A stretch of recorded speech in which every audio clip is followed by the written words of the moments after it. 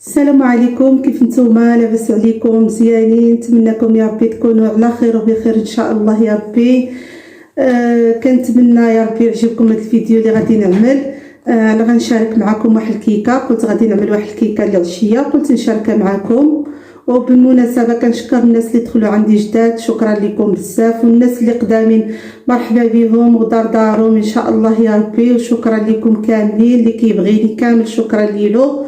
وخليكم على المقادير ان شاء الله يا ربي باش نشارك معكم هاد الكيكه البسيطه. غادي نبداو دابا. المقادير ديال الكيكه: عندي 4 بيضات وكاس الزيت، كاس السكر عفوا، وكاس الزيت وكاس العصير، حيت هذه اصلا الكيكه ديال اللتشين، اللتشين ديال الليمون اللي كيقولوا، كاين اللي كيقولوا اللتشين، كاين اللي كيقولوا الليمون.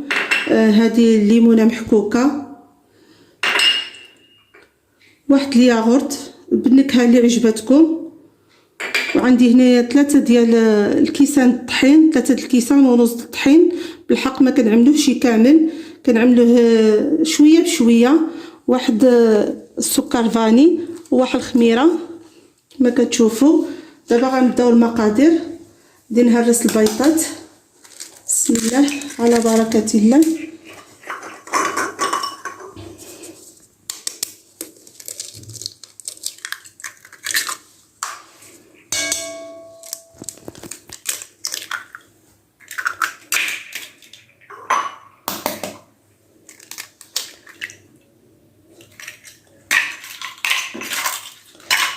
كما كتشوفوا مشات واحد القشيره د البيضات. كنضيفوا السكر والبيضات وفاني، خصهم يطربوا مزيان حتى كيرجعوا اللون ديالو متغير بيض، باش كيكون تخدموا مزيان باش كتجي الكيكه مزيانه. بسم الله. غادي نبدا كنخلط.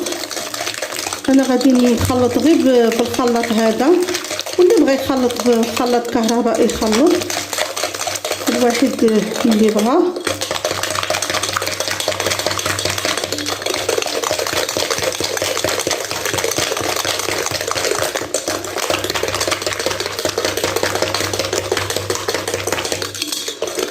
دغيا كتخلط، ما كديرش زعما شي مجهود بزاف، كتجي صراحه واخا عاديه، كتجي مزيونه واقتصاديه العشيه الانسان يعمل بها الميريندا.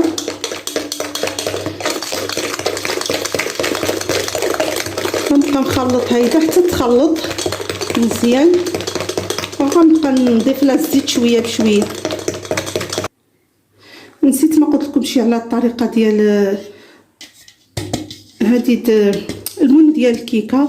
كندهنوا بالزبده ونغبروا شويه د الطحين وكنعملوا في المجمد، كيبرد شويه حتى على ما كنكمل انا الكيكه، باش ملي كنكبوا الكيكه ديالنا ونطيبوها، ملي كنبغيو نزولوها من المن كتزول بسهوله، يعني ما كتلصقش في المن نهائيا، كيكون تجمد ديك الزبده وديك الطحين اللي فيه دغيا كتزول. وملي غادي نجي نزولها غادي نشاركها معكم وغادي تشوفوا. كيف ما كتشوفوا انا خلطت السكر وهذيك والبيضات وفاني، خلطتهم شو اللون ديالهم كيفاش رجع انتما كتشوفوا. دابا غادي نعمل الزيت بشويه بشويه وانا كنحرك، ما كنعملش يكون شي دقه واحده.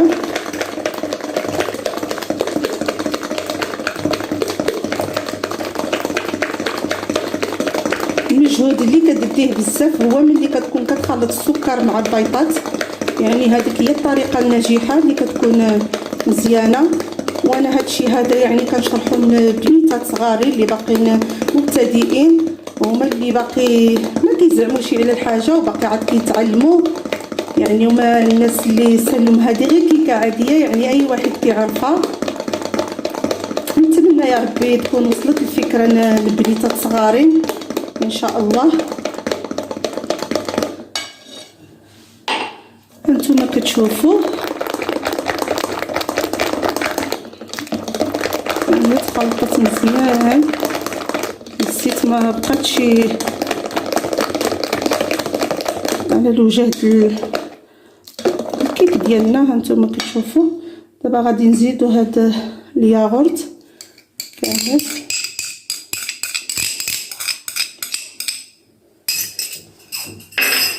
غادي نخلطوه حتى هو. كتجي الصراحه المذاق ديالها غزال هاد الكيكه.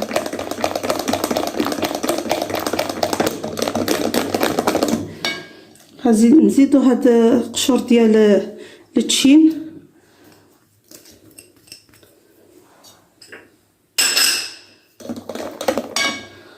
وغادي نزيدو التشين حتى هو. اللامبه ديالو كاس ديال العنبه ما كتشوفوا. يعني المقادير مفهومه. وغادي نبدا كنحرك باش يتحرك ديك الدانون اللي معاهم.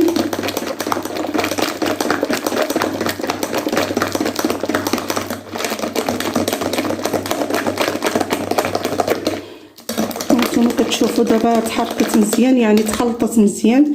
واحد النسمه ديال التشين مزيونه طالعه. دابا غادي نجبد حيت هنايا عندي معبوره 3 الكيسان ونص، وانا غادي نعمل شويه بشويه وغادي نشوف شحال غادي تديلي. عندي مغربل ومعبور. نتمنى يكون عندي التصوير واضح، يعني كتشوفوا والصوت ان شاء الله. مع التعليقات ديالكم كتبوا لي وقولوا لي شنو كيعجبكم اللي كنعدل انا واللي ما كيعجبكمش. يعني عادي الانسان كيتقبل تعليقات ايجابيا يعني ماشي مشكل. الدنيا هانيه. الانسان قالك حنايا من الاخطاء كنتعلموا. الحاجه اللي كتكون ماشي مضبوطه الانسان كيضبط الحاجه ديالو.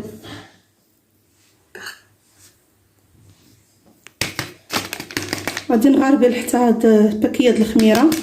غادي نغربلها في الطحين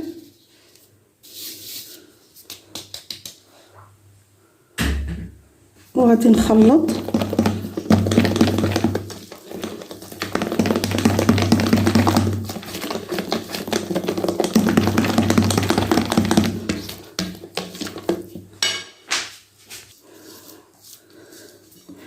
كنجمعوا هاد الجوانب ديالنا د الطحين وكنغربلو باش ما كيبقاش داك الطحين، وكنحركو عفوا وكنخلطوا الكيكه ديالنا. هانتوما كتشوفوا باقي خصها شويه ديال الطحين. غادي نزيد لها واحد 2 ديال المعالق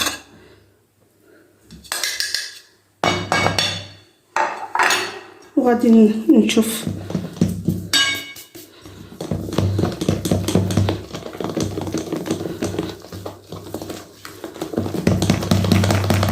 هي ما خصهاش تكون خفيفه باش ما كتهبطش، خصها تكون شويه شابره.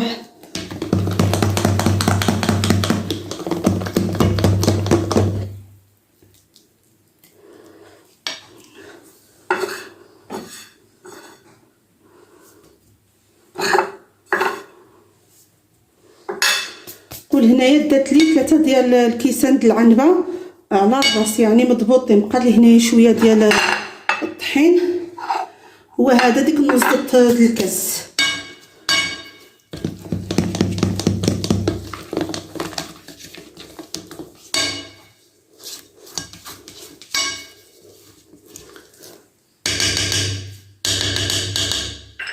دابا غنبدا نخلطها مزيان. غادي نرجع معكم. هانتوما كتشوفوا خلطتها، ها هو القوام ديالها. ملي كطلع خيط كتبقى خيط واحد شابره، كتعرف باللي اللي هي الكيكه بركه عليها، باش ما كتجيش قاصحه ما كتجيش خفيفه. وإلا كنتي كطلع وكيتقطع في الحين عرفوا راه الكيكه باقي خصها الطحين. هانتوما كتشوفوا دابا صافي خلطتها. غادي نعملها في المون ديالها باش نطلع الفران ان شاء الله. انا الفران كنشعلو غير من التحت، من الفوق ما كنشعلوش حتى كتقرب طيب، وما كنسخنوش بزاف. يلا هانتينا كتشوف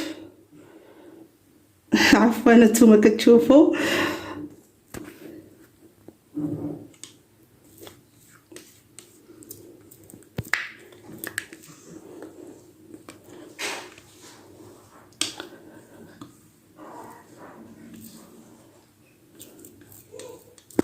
صافي. دابا غادي نعملها في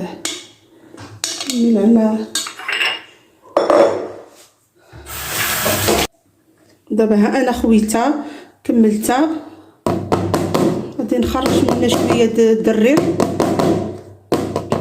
باش ما كيبقاش ديك البواق ديالها في السماء في الطالعين، يعني باش ما كتجيش خاويه، كتجي بشكل نص طايح نص هابط. ملي كتعمل لها الطريقه هذه كتهبط لها ديك الهواء اللي كيكون فيها. ودابا غادي ندخلها الفران وملي طيب غادي نشاركها معكم ان شاء الله. كيف ما كتشوفوا الكيكه ديالي ها هي وجدت، طابت، حمرت، جات غزاله صراحه مزيونه. دابا غادي نقلبها معكم وغادي نعملها في التفصيل. بسم الله. هانتوما كتشوفوا الكيكه ديالي ها هي جات غزاله. ملي عملت لها ديك الطريقه هذيك، ها هي المون ديالي ما لاصقه فيه ما حتى شي حاجه، يعني غير ديك الطحين اللي كيكون في القاع وصافي، دغيا كتزول بسهوله، ما كتحتاجش عاد تبقى تعصبوا معاها ولا تزولوها وتقصح. عاودوا الا بغيتوا تقلبوها على وجهها تردوها على وجهها ردوها، لحقاش انا ما غادي نزينها حتى بشي حاجه، غادي نخليها هيداك كيف ما كتشوفوا، نخليها هيدا. ها هي جات غزاله صراحه وعاليه مفشوشه. وغادي نقطعها وغادي تشوفوها كيفاش جات من الداخل ديالها. بسم الله.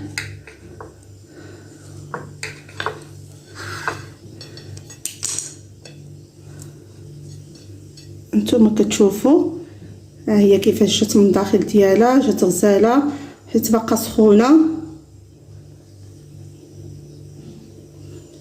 جات منفوشه ومحمره طيبه.